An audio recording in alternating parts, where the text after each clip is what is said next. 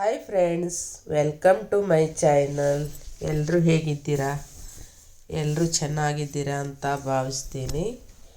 ಯಾರೆಲ್ಲ ನನ್ನ ವಿಡಿಯೋ ನೋಡ್ತಾ ಇದ್ದೀರಾ, ದಯವಿಟ್ಟು ವಿಡಿಯೋನ ಪೂರ್ತಿಯಾಗಿ ನೋಡಿ, ಹಾಗೆ ಒಂದು ಲೈಕ್ ಕೊಡಿ. ನಿಮ್ಮ ಅನಿಸಿಕೆ ಅಭಿಪ್ರಾಯಗಳನ್ನು ಕಮೆಂಟ್ ಮೂಲಕ ಮರೆಯದೆ ತಿಳಿಸಿ. ಈಗ ನೋಡಿ, ನಾನು ಎಲ್ಲ ಸ್ಟಿಚ್ ಮುಗಿಸ್ಕೊಂಡು ಆಮೇಲೆ ಸ್ನಾನ, ಬಟ್ಟೆ, ಪೂಜೆ ಎಲ್ಲ ಮುಗಿಸ್ಕೊಂಡು ಈಗ ಮಧ್ಯಾಹ್ನದ ಅಡುಗೆ ಮಾಡ್ತಾ ಇದ್ದೀನಿ. ಈಗ ನೋಡಿ, ಮೆಂತ್ಯ ಸೊಪ್ಪು ಎಲ್ಲ ತೊಳ್ಕೊಂಡು ಕಟ್ ಮಾಡಿ ಇಟ್ಕೊಂಡಿದ್ದೀನಿ. ಹಾಗೆ ಅನ್ನ ಮತ್ತು ಬೇಳೆ ಕುಕ್ಕರಲ್ಲಿ ಬೇಯಿಸಿದ್ದೀನಿ.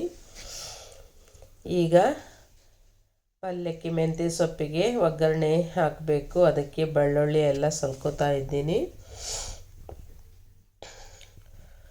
ನನ್ನ ವಿಡಿಯೋ ಎಲ್ಲ ಹೇಗೆ ಬರ್ತಾ ಇದೆ ಅಂತ ದಯವಿಟ್ಟು ಕಮೆಂಟ್ ಮಾಡಿ ತಿಳಿಸಿ, ಹಾಗೂ ಸಪೋರ್ಟ್ ಮಾಡಿ. ನಾನು ಕೂಡ ಎಲ್ಲರಿಗೂ ಸಪೋರ್ಟ್ ಮಾಡ್ತೇನೆ, ನೀವು ಕೂಡ ಎಲ್ಲರಿಗೂ ಸಪೋರ್ಟ್ ಮಾಡಿ. ಹೀಗೆ ಒಬ್ರಿಗೊಬ್ಬರು ಬೆಳೆಸೋಣ. ಯೂಟ್ಯೂಬಲ್ಲಿ ಈ ವಾಚ್ ಅವರ್ ಮಾಡೋದು ಮತ್ತು ಸಬ್ಸ್ಕ್ರೈಬ್ ಮಾಡೋದು ಅಷ್ಟು ಸುಲಭ ಅಲ್ಲ, ತುಂಬಾ ಕಷ್ಟ ಇದೆ. ಆದರೆ ಎಲ್ಲರೂ ಸೇರಿಕೊಂಡು ಬೆಳಿಬೇಕು ಅಷ್ಟೇ. ಒಬ್ಬರಿಂದ ಆಗೋ ಕೆಲಸ ಅಲ್ಲ ಇದು. ಎಲ್ಲರೂ ಸಪೋರ್ಟ್ ಮಾಡಿದರೆ ಮಾತ್ರ ಇದರಲ್ಲಿ ನಾವು ಸಕ್ಸಸ್ ಅನ್ನೋದು ಕಾಣಬಹುದು, ಇಲ್ಲ ಅಂದರೆ ಕಾಣೋದಕ್ಕೆ ಸಾಧ್ಯ ಇಲ್ಲ. ತುಂಬಾ ಕಷ್ಟ ಇದೆ. ಒಂದೊಂದು ಸಬ್ಸ್ಕ್ರೈಬ್ ಮಾಡೋದು ತುಂಬಾ ಕಷ್ಟ ಇದೆ. ವಾಚ್ ಅವರ್ ಮಾಡೋದು ಅಷ್ಟೇ ಕಷ್ಟ ಇದೆ. ಡೈಲಿ ಏನು ವಿಡಿಯೋ ಹಾಕಬೇಕು ಅಂತ ತಲೆ ಕೆಡಿಸ್ಕೊಂಡು ಸಾಕಾಗಿಬಿಡುತ್ತೆ.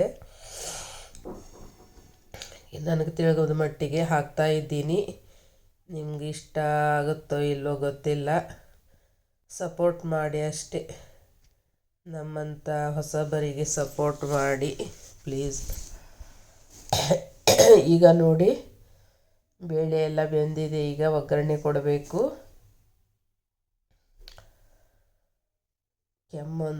ಮಧ್ಯದಲ್ಲಿ ಕೆಮ್ಮೊಂದು ತುಂಬ ಕಾಡ್ತಾ ಇದೆ. ಈ ನೆಗಡಿ ಹಾಗೆ ಕಫ ಆದರೆ ತುಂಬಾ ಕಷ್ಟ ಆಗುತ್ತೆ, ಬೇಗ ಗುಣನೇ ಆಗಲ್ಲ. ಎಷ್ಟು ಕಿರಿಕಿರಿ ಆಗುತ್ತೆ ನೋಡಿ. ಮಾತಾಡೋಕೆ ಕುಂತರೂ ಮಧ್ಯದಲ್ಲಿ ಕೆಮ್ಮೊಂದು ಕಾಡ್ತಾ ಇರುತ್ತೆ, ಮೂಗು ಕೂಡ ಇದು ಆಗುತ್ತೆ. ಈಗ ನೋಡಿ, ಒಗ್ಗರಣೆ ಹಾಕ್ತಾ ಇದ್ದೀನಿ. ಬೆಳ್ಳುಳ್ಳಿ ಎಲ್ಲ ಹಾಕೋತಾ ಇದ್ದೀನಿ. ಮೆಂತ್ಯ ಸೊಪ್ಪಿನ ಪಲ್ಯ ಇವತ್ತು. ಡೈಲಿ ಏನು ಅಡುಗೆ ಮಾಡಬೇಕು ಅನ್ನೋದು ಒಂದು ಚಿಂತೆ, ಏನು ನಾಷ್ಟ ಮಾಡಬೇಕು ಅನ್ನೋದು ಚಿಂತೆ. ಹೆಣ್ಮಕ್ಳಿಗೆ ಇದೇ ನೋಡಿ ಚಿಂತೆ. ಡೈಲಿ ಬೆಳಗ್ಗೆ ಆದರೆ ನಾಷ್ಟ ಏನು ಮಾಡಬೇಕು, ಮಧ್ಯಾಹ್ನ ಅಡುಗೆ ಏನು ಮಾಡಬೇಕು, ಇದರಲ್ಲೇ ಆಗತ್ತೆ. ಮೊನ್ನೆ ಮಾರ್ಕೆಟಿಗೆ ಹೋದಾಗ ಮೆಂತ್ಯ ಸೊಪ್ಪು ತೊಗೊಂಡು ಬಂದಿದ್ದೆ, ಅದನ್ನೇ ಪಲ್ಯ ಮಾಡ್ತಾ ಇದ್ದೀನಿ. ಬಸಳೆ ಸೊಪ್ಪು ತುಂಬ ಹಬ್ಬಿದೆ ನಮ್ಮ ಗಿಡದಲ್ಲಿ, ಆದ್ರೇನು ನೆಗಡಿ ಆಗಿದೆ ಅಂತ ನಾನು ಮಾಡೋದಕ್ಕೆ ಹೋಗಿಲ್ಲ. ಬಸಳೆ ಸಾರು ಅದು ತುಂಬ ತಂಪದು ಬಸಳೆ ಸಾರು, ಹೀಗಾಗಿ ಮಾಡಲಿಲ್ಲ. ಹಾಗೆಯೇ ಬೇರೆಯವರಿಗೆ, ನಮ್ಮ ಪಕ್ಕದ ಮನೆಯವರಿಗೆ ಅದು ತೆಗೆದು ಕೊಟ್ಟಿದ್ದೆ ಸ್ವಲ್ಪ. ಇನ್ನು ತುಂಬ ಇದೆ, ತೆಗಿಬೇಕು. ಇನ್ನೊಂದೆರಡು ದಿನ ಹೋಗಲಿ ಅಂತ ಸುಮ್ಮನೆ ಅದೀನಿ. ಸ್ವಲ್ಪ ಹುಷಾರಾದಮೇಲೆ ಮಾಡಿದ್ರಾಯಿತು ಅಂತ.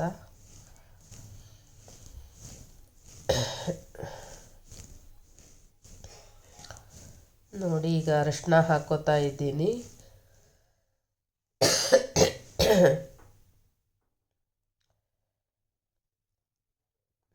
ಈಗ ಚಳಿ ಸ್ವಲ್ಪ ಕಡಿಮೆ ಆಗಿದೆ. ಚಳಿ ಬೆಳಗ್ಗೆ ಒಂದು ಸ್ವಲ್ಪ ಇರುತ್ತೆ, ಮಧ್ಯಾಹ್ನ ಎಲ್ಲ ಸೆಕೆ ಶುರುವಾಗಿದೆ. ಈಗ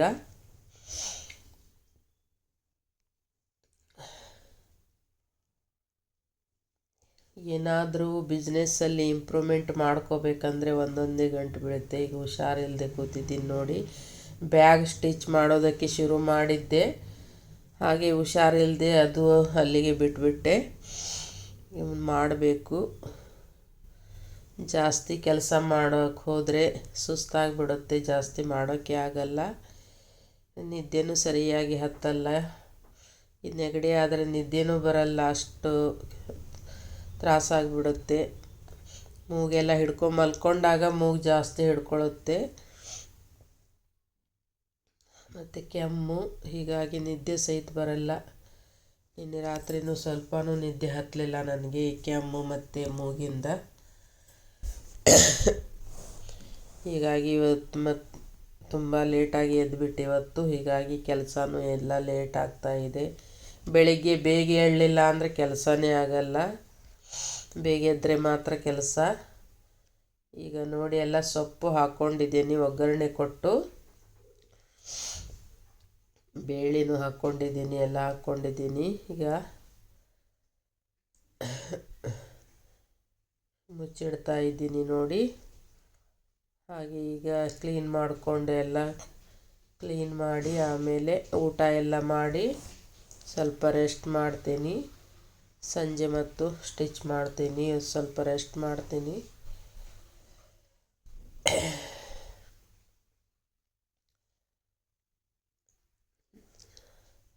ಎಲ್ಲರೂ ಯೂಟ್ಯೂಬಲ್ಲಿ ತುಂಬಾ ಕಷ್ಟ ಇದೆ, ಬೆಳೆಯೋದು ಅಂದರೆ ತುಂಬಾ ಕಷ್ಟ ಇದೆ.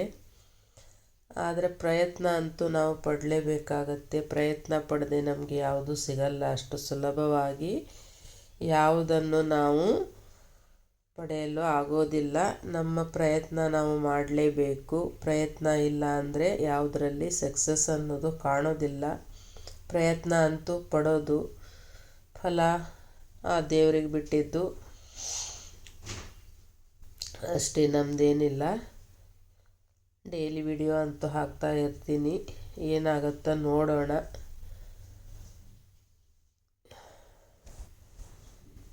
ಕೈ ಹಿಡಿದ್ರೆ ಸರಿ, ಇಲ್ಲ ಅಂದರೆ ನಮ್ಮ ಕೆಲಸನೇ ನಾವು ಮಾಡ್ಕೊಂಡು ಹೋಗೋದು. ಇದರಲ್ಲಿ ಸಕ್ಸಸ್ ಕಾಣೋದು ತುಂಬ ಕಷ್ಟ ಇದೆ, ತುಂಬ ದಿನವೂ ಬೇಕಿದು, ಬೇಗ ಆಗುವಂಥ ಕೆಲಸ ಅಲ್ಲ ಯೂಟ್ಯೂಬು. ಒಳ್ಳೊಳ್ಳೆ ವಿಡಿಯೋ ಹಾಕಿದರೆ ಮಾತ್ರ ಇದರಲ್ಲಿ ಸಕ್ಸಸ್ ಆಗೋದು. ನಮ್ಮಂಥವ್ರು ಕಲೀಲಾರ್ದವರು ಎಂಥ ಒಳ್ಳೆ ವಿಡಿಯೋ ಹಾಕೋದಂತಾನೆ ಗೊತ್ತಾಗ್ತಾ ಇಲ್ಲ. ಏನು ತಲೆ ಕೆಡಿಸ್ಕೊಂಡು ಸಾಕಾಗಿದೆ, ಏನು ಮಾಡಬೇಕು ಅಂತಾನೆ ಗೊತ್ತಾಗಲ್ಲ. ವ್ಯೂಸೇ ತುಂಬ ಕಡಿಮೆ ಬರ್ತಾಯಿದೆ. ಈ ಸ್ಟಿಚಿಂಗ್ ವಿಡಿಯೋ ಹಾಕಿದರೂ ಅಷ್ಟೇ, ವ್ಲಾಗ್ ಹಾಕಿದರೂ ಅಷ್ಟೇ, ಜಾಸ್ತಿ ವ್ಯೂಸ್ ಬರಲ್ಲ. ಹೀಗಾಗಿ ಒಂದೊಂದು ಸಲ ಬೇಜಾರಾಗುತ್ತೆ, ಇದೆಲ್ಲ ಆಗೋ ಕೆಲಸ ಅಲ್ಲ ಅಂತ ಹೇಳಿ ತುಂಬ ಬೇಜಾರಾಗತ್ತೆ. ಮತ್ತು ಪ್ರಯತ್ನ ಪಡೋಣ, ಏನಾಗುತ್ತೋ ನೋಡೋಣ ಅಂತ ಒಂದು ಕಡೆ ಮನಸ್ಸು ಹೇಳುತ್ತೆ. ಹೀಗೆ ನಡೆಸ್ಕೊಂಡು ಹೋಗ್ತಾ ಇದ್ದೀನಿ, ನೋಡೋಣ ಫ್ರೆಂಡ್ಸ್. ನೀವು ಸಪೋರ್ಟ್ ಮಾಡಿ, ನಾನು ಕೂಡ ಎಲ್ಲರಿಗೂ ಸಪೋರ್ಟ್ ಮಾಡ್ತೀನಿ. ಏನಾಗುತ್ತೋ ನೋಡೋಣ. ಈಗ ನೋಡಿ ಪಲ್ಯ ಬೇಯ್ತಾ ಇದೆ. ಮತ್ತು ಈ ಯೂಟ್ಯೂಬ್ ಮಾಡಿದ್ದು ನೀವು ಯಾರಿಗೂ, ಮನೆಯವರಾಗಲಿ ಹಾಗೆ ಸಂಬಂಧಿಕರಾಗಲಿ, ನೀವು ಯಾರಿಗೂ ಹೇಳೋಕ್ಕಂತೂ ಹೋಗಲೇಬೇಡಿ.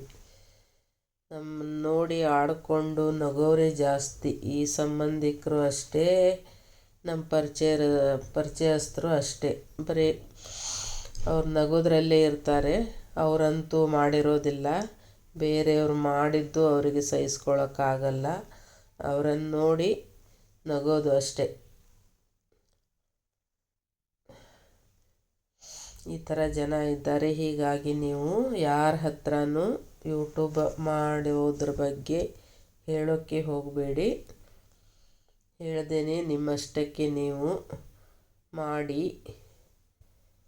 ಯಾರ ಹತ್ರನೂ ಹೇಳೋಕ್ಕೆ ಹೋಗಬೇಡಿ. ಸಬ್ಸ್ಕ್ರೈಬ್ ಮಾಡಿ, ವಿಡಿಯೋ ನೋಡಿ ಅಂತ ನಿಮ್ಮ ರಿಲೇಷನ್ ಹತ್ರ, ಪರಿಚಯಸ್ಥರ ಹತ್ರ, ಯಾರ ಹತ್ರನೂ ಹೇಳಬೇಡಿ. ನಿಮ್ಮಷ್ಟಕ್ಕೆ ನೀವು ಮಾಡಿ ಅಷ್ಟೇ. ಹಿಂದೆ ನೋಡಿ ತುಂಬ ನಗೋರು ಜನ ತುಂಬ ಇದ್ದಾರೆ. ಇದೆಲ್ಲ ನಮಗೆ ಎಕ್ಸ್ಪೀರಿಯನ್ಸ್ ಆಗಿದೆ. ಹೀಗಾಗಿ ನಾನು ಯಾರ ಹತ್ರನೂ ಹೇಳಲಿಕ್ಕೆ ಹೋಗೋದಿಲ್ಲ. ನನ್ನ ಪಾಡಿಗೆ ನಾನು ಮಾಡ್ತಾ ಇರ್ತೀನಿ ಅಷ್ಟೇ, ಮತ್ತೇನಿಲ್ಲ. ರಿಲೇಷನ್ ಹತ್ರ ಅವರಿಂದ ಸಹಾಯ ಸಿಗುತ್ತೆ ಅನ್ನೋದು ಸುಳ್ಳು. ಆಡ್ಕೊಳ್ಳೋಕೆ ಮಾತ್ರ ಬರ್ತಾರೆ ಅವರು, ನಗೋದಕ್ಕೆ ಆಡ್ಕೊಳ್ಳೋದಕ್ಕೆ ಇಷ್ಟೇ ಅವರು ಸಂಬಂಧಿಕರು. ಯಾವ ರೀತಿ ಹೆಲ್ಪು ಮಾಡಲ್ಲ ಮತ್ತು ನಮ್ಗೆ ಮಾಡೋಕ್ಕೂ ಬಿಡಲ್ಲ. ಈ ವಯಸ್ಸಲ್ಲಿ ಬೇಕಿತ್ತಾ ಇವರಿಗೆ ಯೂಟ್ಯೂಬ್ ಬೇಕಾ ಇವರಿಗೆ? ಇಂಥದ್ದೆಲ್ಲ ಮಾತುಗಳು ಬರುತ್ತವೆ. ಅದಕ್ಕೆ ನೋಡಿ, ಯಾರ ಹತ್ರನೂ ಹೇಳಲಿಕ್ಕೆ ಹೋಗಬೇಡಿ. ಏನು ನಮ್ಮ ಕಷ್ಟಕ್ಕೆ ಏನಾದರೂ ಹೆಲ್ಪ್ ಆಗ್ಬೋದು ಅಂತ ನಾನು ಪ್ರಯತ್ನ ಪಡ್ತಾ ಇದ್ದೀನಿ. ನೋಡೋಣ, ಪ್ರಯತ್ನ ಪಡೋದ್ರಲ್ಲಿ ತಪ್ಪೇನೂ ಇಲ್ಲ. ಯಾರ ಮಾತು ಕಟ್ಕೊಂಡು ನಮಗೇನಾಗಬೇಕಾಗಿದೆ? ನಮ್ಮ ಪಾಡಿಗೆ ನಾವು ಸರಿಯಾಗಿದ್ದರೆ ಆಯಿತು ಅಷ್ಟೇ. ಜನರಿಗೆ ಮೆಚ್ಚಿಸೋದಕ್ಕೆ ಹೋದರೆ ನಮ್ಮ ಜೀವನ ನಡೆಯಲ್ಲ. ನಾವಾಯಿತು, ನಮ್ಮ ಕೆಲಸ ಆಯಿತು ಅಂತೂ ಇದ್ದರೆ ಒಳ್ಳೆಯದು.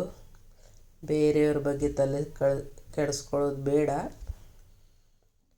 ನಾವು ಸರಿಯಾಗಿದ್ದರೆ ಆಯಿತು. ಆ ದೇವರು ಒಂದು ಮೆಚ್ಚಿದರೆ ಸಾಕು ನಮಗೆ.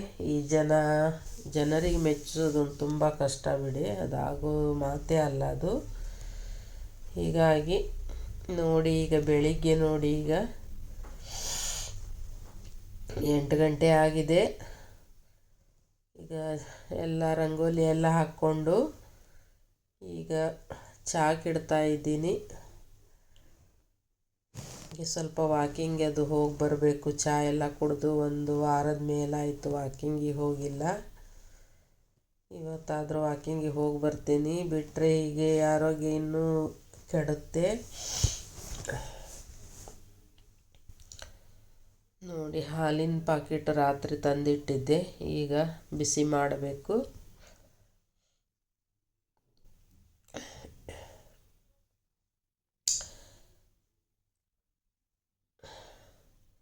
ಚಹಾ ನೋಡಿ ಕುದೀತಾ ಇದೆ. ಈಗ ಹಾಲು ಹಾಕೋತೀನಿ ಪಾತ್ರೆಯಲ್ಲಿ.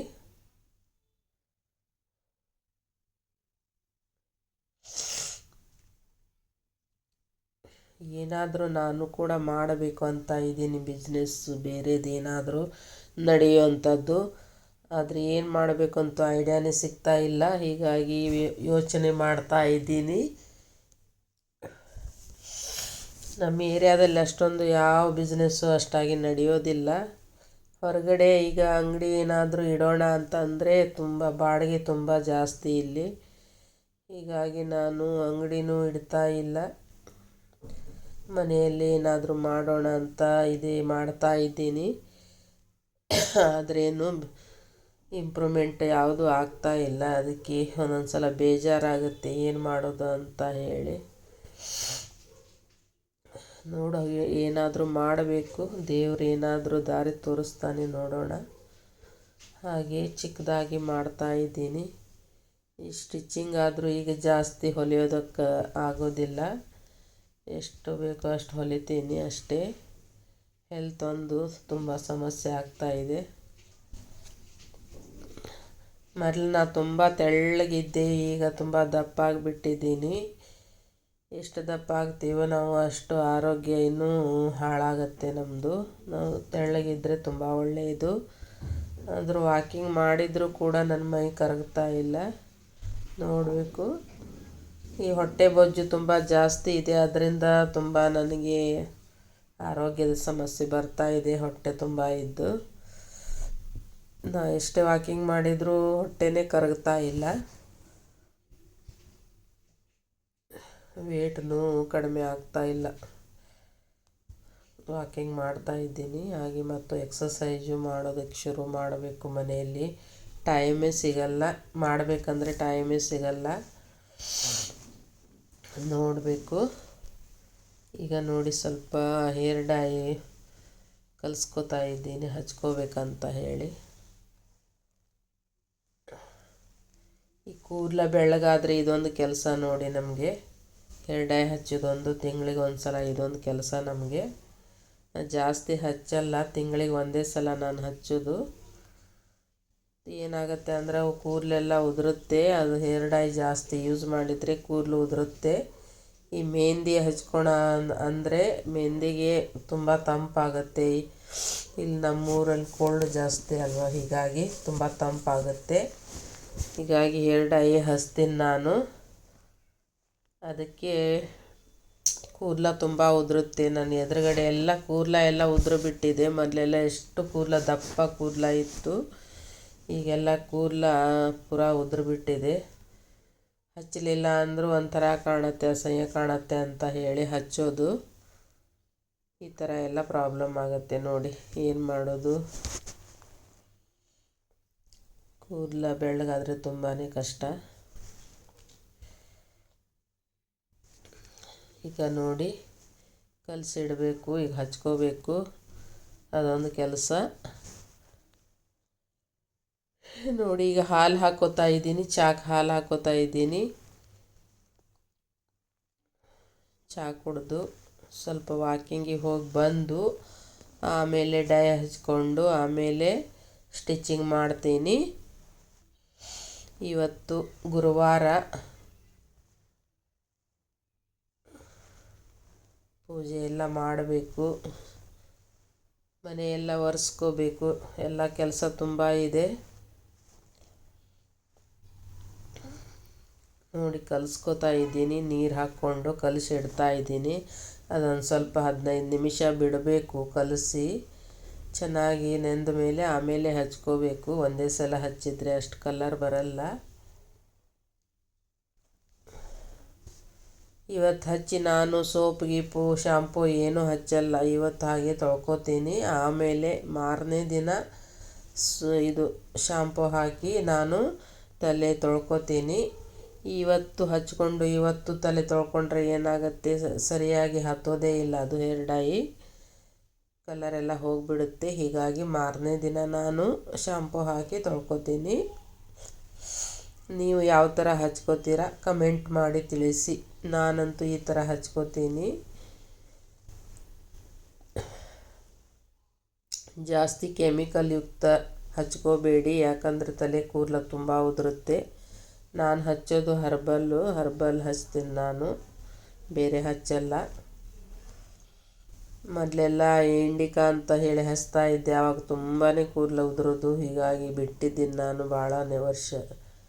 ಈಗ ಅದು ಹಚ್ಚೋದಿಲ್ಲ, ಬಿಟ್ಟಿದ್ದೀನಿ. ಈಗ ಇದು ಹರ್ಬಲ್ ಹಚ್ತಾ ಇದ್ದೀನಿ. ಜಾಸ್ತಿ ಈಗ ಸ್ವಲ್ಪ ಕಡಿಮೆ ಆಗಿದೆ. ನಿಮಗೂ ಬೇಕಂದರೆ ಹೇಳಿ, ಆ ಪಾಕೆಟ್ ತೋರಿಸ್ತೀನಿ ಹೆಸರು. ಈಗ ನೋಡಿ ಚಹಾ ಆಯಿತು. ಈಗ ಚಹಾ ಹಾಕ್ಕೋತಾ ಇದ್ದೀನಿ. ನನ್ನ ವಿಡಿಯೋ ನಿಮಗೆ ಹೇಗೆ ಅನ್ನಿಸ್ತು ಕಮೆಂಟ್ ಮಾಡಿ, ದಯವಿಟ್ಟು ಕಮೆಂಟ್ ಮಾಡಿ. ನಿಮ್ಮೆಲ್ಲರ ಸಪೋರ್ಟೇ ನಮಗೆ ಒಂದು ಇದು. ಮತ್ತೆ ಸಿಗೋಣ ಮುಂದಿನ ವಿಡಿಯೋದೊಂದಿಗೆ. ನಮಸ್ಕಾರ.